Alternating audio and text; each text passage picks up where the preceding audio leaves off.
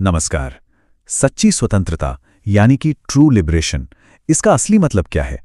क्या इसका मतलब सिर्फ शारीरिक तौर पर आज़ाद होना है या फिर ये कुछ और है, कुछ ज़्यादा गहरा?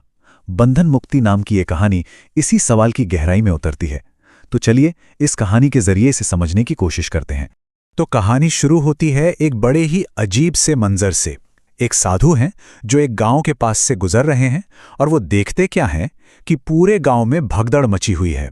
लोग डरे सहमे अपना घर-बार सब कुछ पीछे छोड़कर बस भागे जा रहे हैं। साधु के मन में बस एक ही सवाल उठता है, भाई आखिर यहां हो क्या रहा है? ऐसी भी क्या आफत आ गई?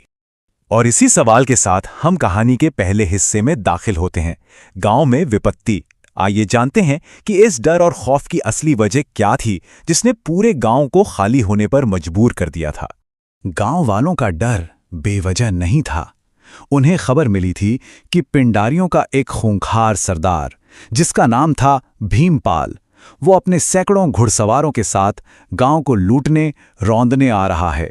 और भीमपाल वो कोई मामूली लुटेरा नहीं था, वो एक वहशी दरिंदा था जिसे लोगों के घर जलाने में, उन्हें तड़पाने में एक अजीब सा मजा आता था।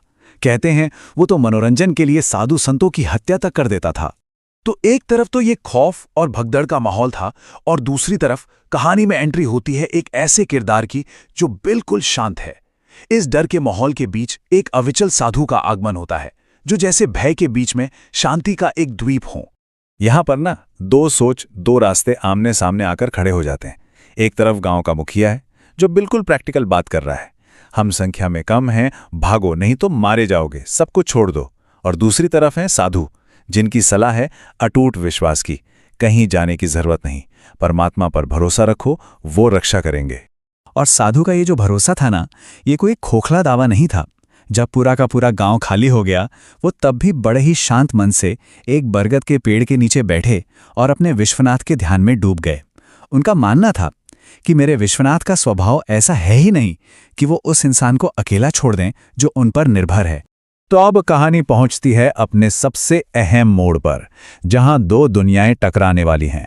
एक तरफ है भीमपाल की पाशविक शक्ति और दूसरी तरफ साधु की आध्यात्मिक शांति। देखते हैं इस टकराव का नतीजा क्या निकलता है। और हुआ भी वही। भीमपाल अपनी पूरी फौज के साथ गांव में दाखिल हुआ, लेकिन गांव को वीरान देखकर वो गुस्से से पागल हो गया। तभी उसकी नजर उस अकेले साधु पर पड़ी। वो गरजा, बांध कर ले आओ इसे। और सीधा साधु से सवाल किया, बता कहां छिपे हैं सब के सब? भीमपाल के इस गुस्से और धमकी का जवाब साधु बड़े ही शांत भाव से देते हैं। वो कहते हैं, जो मुक्त हो वो कैदियों का हिसाब नहीं रखता। ये जवाब सुनकर भीमपाल हैरान रह गया। वो सोच में पड़ गया कि ये आदमी रस्सियों में जकड़ा है और खुद को मुक्त बता रहा है। भीमपाल जोर से हंसा। उसने साधु का मजाक उड़ाते हुए कहा, कैदी कौन है? अरे कैदी तो वो है जो सामने रस्सियों से बंधा हुआ है। उसके लिए बंधन का मतलब सिर्फ एक था, शरीर का गुलाम होना। और इसी पल साधु ने वो बात कही जिसने भीमपाल के अहंकार की नींव हिला दी। उन्होंने कहा, ये रस्सियां तो बस इस मिट्टी के शरीर को बांध सकती हैं, आत्मा को नहीं। असली कैदी तो तुम हो भीमपाल, और तुम्हारे बंधन वो इस साधु की मदद के बिना कट नहीं सकते। साधु के इसी जवाब से कहानी अपने सबसे जरूरी सवाल पर आती है, असली बंधन क्या है? क्या वो जो आंखों से दिखता है या वो जो आत्मा को जकड़ कर रखता है? और जैसे ही साधु अपने इष्ट को याद करते हैं, एक अजीब, एक चमत्कारी घटना घटती है। भीमपाल अचानक अपने घोड़े से कूदता है और साधु के पैरों में गिरकर चीखने चिल्लाने लगता है। उसे चारों तरफ भयानक सांप दिखने लगते हैं जो उसे जकड़ रहे हैं, उसे डस रहे हैं। एक ऐसा डरावना नजारा जो उसके सैनिकों में से किसी और को नहीं दिख रहा था। और जब भीमपाल गिड़गिड़ाता है, तब साधु से असली बंधन का मतलब समझाते हैं। वो बताते हैं कि असली जेल लोहे की सलाखों की नहीं होती। असली बंधन तो दुनिया की चीजों के लिए हमारी अपनी तीव्र लालसा है। ये वो अदृश्य जंजीरें हैं जो हमें असल में कैदी बनाकर रखती हैं। साधु भीमपाल को समझाते हैं कि जिन सांपों से वो डर रहा है वो बाहर नहीं बल्कि उसके अपने अंदर हैं। ये तीन बड़े नाग हैं, काम यानी वासना, क्रोध यानी गुस्सा और लोभ यानी लालच।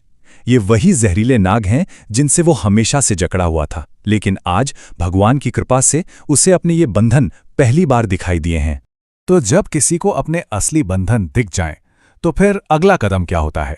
कहानी का ये आखिरी हिस्सा हमें बंधन मुक्ति का मार्ग दिखाता है, सच्ची आजादी का रास्ता। ये अनुभव भीमपाल को जड़ से बदल देता है। वो फौरन अपने हाथों से साधु की रस्सियां खोलता है, उनके पैरों में गिरकर मुक्ति का मार्ग दिखाने की भीख मांगता है। और बस उसी एक पल में वो क्रूर पिंडारी भीमपाल एक सत्य का खोजी बन जाता है। और जाने से पहले साधु उसे ज्ञान का एक आखिरी सूत्र देते हैं।